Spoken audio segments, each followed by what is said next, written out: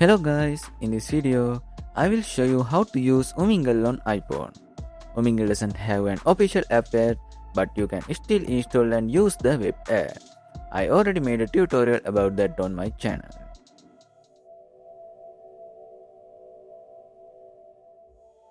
So first, open your browser and search for Umingle.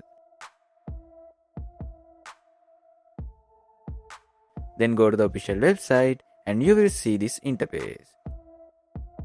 Here, you can add your interest tags and also enable dark mode if you want.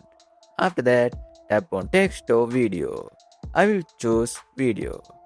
Then it will ask for camera and microphone permissions, so just allow it.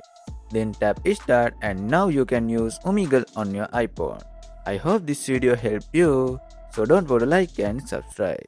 Thanks for watching.